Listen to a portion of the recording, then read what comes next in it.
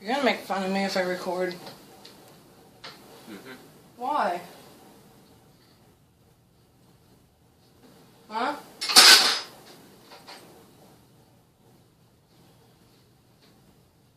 Why? Shut up. Is that why you just want me to go to work? Yeah, because you make fun of me, Richard. That's why I always wait until you leave. How do I make fun of you? You do. Just recording it on. Doodle. Doodle? If you're gonna call it doodle, at least call it doodle dab. Hey guys, so Richard is steadily making fun of me because I do this YouTube thing. Anyway, if you watched our astronaut food video, you saw that, well, you heard me say that we went to Michael's and I picked up the PrismaColor Premier Colorless Blender, and it's the Colorless Blender marker, not the pencil. What are you doing? Who? You. What do you mean, what am I doing? Why are you just sitting? Because it's just, you make fun of me. And you make How am I making fun of you? Because you do, Richard. You make me feel like I'm stupid. Ow. Anyway, I want to show you guys what this Colorless Blender marker does, because some people, I guess, have had the misconception that if you lay down some color, add this marker, it's going to magically blend everything together nicely and perfectly. Stop looking at me, Richard, because I know you're making fun of me in your head.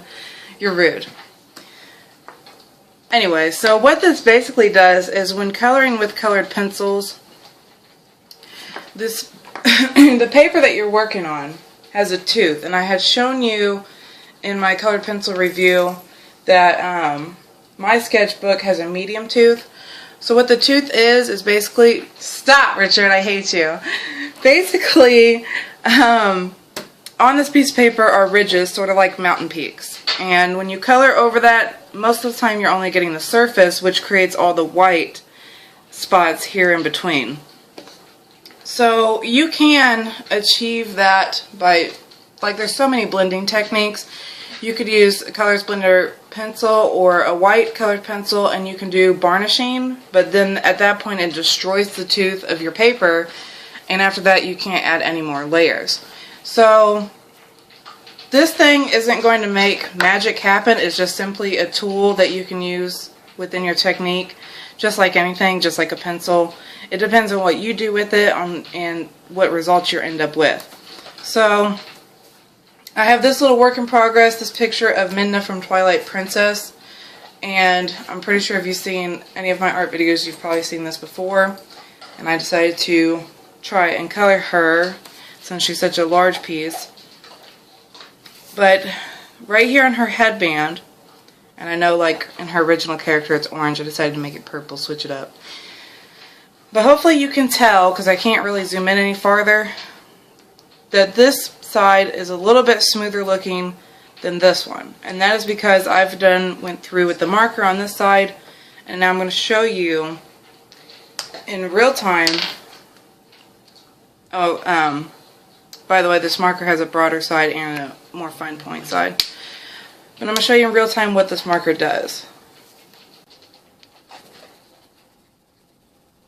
So I do the same technique as I do with coloring when you do small circular motions and kind of follow the contour of your drawing as well.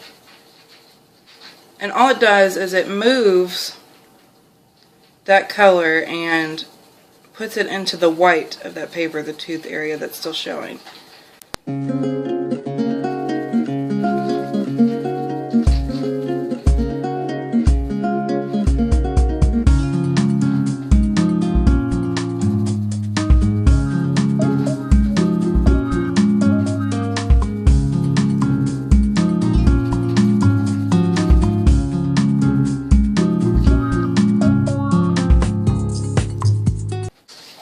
Now the thing about this marker, because it's a colorless marker, before you go over any other color, you want to immediately, this is just the back of my sketchbook, get that pigment off of there. Keep doing this until your marker writes clear again. Do not leave it any color on here because you will stain this marker, and at that point you've ruined it. Now, coloring with this, I don't know if you can really tell here. Let me try to focus. It will stain the tip of this marker no matter what, but as long as it's writing clear, you haven't ruined it. So do you see there it's still stained? But I'll show you here, it still writes clear. So none of that pigment has ruined that marker tip. Okay, other pieces of my work that I've used this marker on is this picture here that I showed you in that Fine Touch review. And some of my techniques, now you can do it however you want, but I'll sometimes take this marker and go over the shade parts first, wipe it clean, and then go over the lighter parts. Now you can go through like this and blend it in more together. That's what I've done with her hair. So that way you can't really find where this darker area starts and where this area stops, and it just sort of gave it like a seamless look and almost gave her like highlights of brown. Now when you are using this marker in a sketch pad or anything like that and you have other works underneath here, I recommend getting like a clean sheet or something to put in between here, because I find that when the marker is running over this paper and it starts to get wet, it will sort of pick up what's underneath a little bit here. The only thing on this picture I've done with the marker is go over her hair once again, because for some reason my black is like my worst set, or my worst colored pencil in the set. It just really looks like a crayon markings instead of smooth like. So I really wanted to go over black parts, and I haven't used it on any of these ones. I did go over this one, however. And I feel like you can continuously go over it until it's about as smooth as you want it to get, or as smooth as it can get anyway.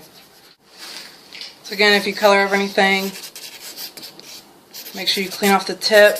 Do not forget to clean off the tip before you put the cap back on, because at that point you have ruined this marker. So do I absolutely think that you have to have this marker, that you can't do any good work without it? No. Does it make life a little bit easier? Yes, depending on what you're going for. And I think it was, what, babe, like $5.99? I'm glad I picked it up. I feel like it was worth the price. And it just all depends on what works for you. Fuck you, Richard. Thank you guys again so much for watching, and I'll catch you next time. Bye.